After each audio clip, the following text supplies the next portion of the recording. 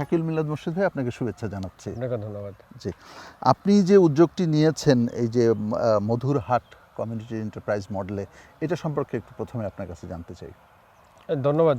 মানে আপনি জানেন যে আসলে আমাদের বাংলাদেশের যে মৌচাষিরা বেশিরভাগই আসলে ক্ষুদ্র মৌচাষী, এবং এরা যেহেতু সংগঠিত না, সুতরাং তাদের এই উৎপাদিত বা এই যে কষ্টসাধ্য যে অর্জনটা, এটা আসলে সুফলটা তাদের ঘরে খুব বেশি যায় না। মধ্যস্বত্বভোগীরা এটাকে বেশিরভাগ তারা এটার থেকে লাভবান হয়।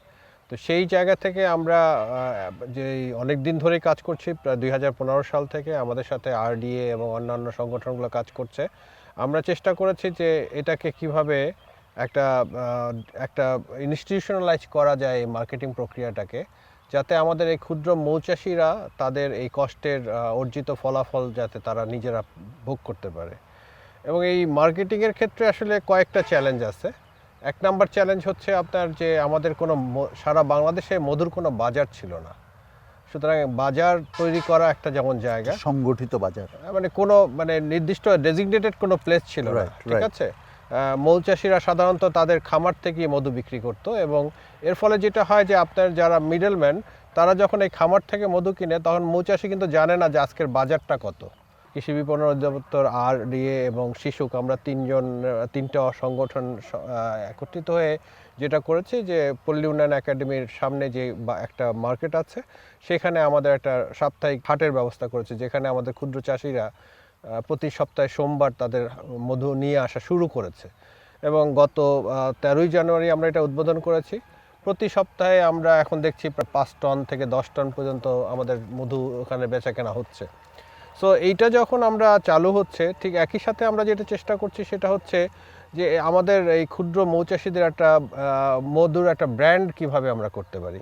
কারণ হচ্ছে বাংলাদেশে আপনি জানেন যে কিছু ভুল ধারণা আছে, আমাদের কনজিউমার যারা আছে তারা মনে করে যে বিদেশি মধু, ঘন মধু, অমুক তমুক এগুলাই সবচেয়ে ভালো মধু, এবং দেশি মধুর মধ্যে তারা অনেক সময় ভেজালের কথা বলে। কিন্তু আপনি জানেন এবং সায়েন্টিফিকভাবে এটা প্রমাণিত যে যে কোনো দেশের মানুষের জন্য ওই দেশের মধুতে যেই রোগ প্রতিরোধ ক্ষমতা থাকে, সেটা সবচেয়ে বেশি গ্রহণযোগ্য এবং সেটা সবচেয়ে কার্যকরী। তো সুতরাং সেই ক্ষেত্রে যদি বিবেচনা করা হয়, বাংলাদেশি মানুষকে যদি মধুকে ওষুধ হিসাবে, পথ্য হিসাবে যদি আমরা খেতে চাই, তাইলে আসলে বাংলাদেশি মধুকেই খেতে হবে। তো এই বাংলাদেশি মধুর একটা বিশ্বাসযোগ্যতা এবং একটা ব্র্যান্ডিং করার জন্য আমরা চেষ্টা করছি। একই সাথে আমাদের এই যে আজকে আমরা এই কালিজিরা মাঠে এসেছি, আমাদের এই কালিজিরাটা একটা ওয়ার্ল্ড ব্র্যান্ড হতে পারে। সুতরাং শুধুমাত্র আপনি বলেছেন এটা দেশি একটা জিআই পণ্য হিসাবে আমরা যদি জেলাপণ্য আছে, এটাকে জিআই পণ্য হিসাবে যদি আমরা এটাকে রিকগনাইজ করতে পারি, এবং আলটিমেটলি এটার যে গুণাগুণ সেটাকে আপনি খুব ভালো করে জানেন যে কালিজিরা অনেক গুণের কথা আমরা জানি। ইভেন কোরআন শরীফে যেটা বলা আছে যে মৃত্যু ছাড়া যে কোনো রোগের ওষুধ হচ্ছে, ওষুধ হচ্ছে কালিজিরা। তো সুতরাং আমরা আসলে এই যে বিভিন্ন পর্যায়গুলো আছে, একটা হচ্ছে গণসচেতনতা তৈরি করা আমাদের দেশি মধু সম্পর্কে, 2 নম্বর হচ্ছে আমাদের ক্ষুদ্র চাষিদের যে মধু আছে সেগুলোকে নিয়ে আমরা যাতে বাংলাদেশে একটা ভালো ব্র্যান্ড তৈরি করতে পারি, এবং 3 নম্বর হচ্ছে যে আমাদের সমস্ত ক্ষুদ্র মৌচাষীদের বেচা কেনার জন্য একটা ডেজিগনেটেড একটা প্লেস তৈরি করা। এই 3টা জিনিসকে নিয়ে আমরা একসঙ্গে কাজ করে যাচ্ছি।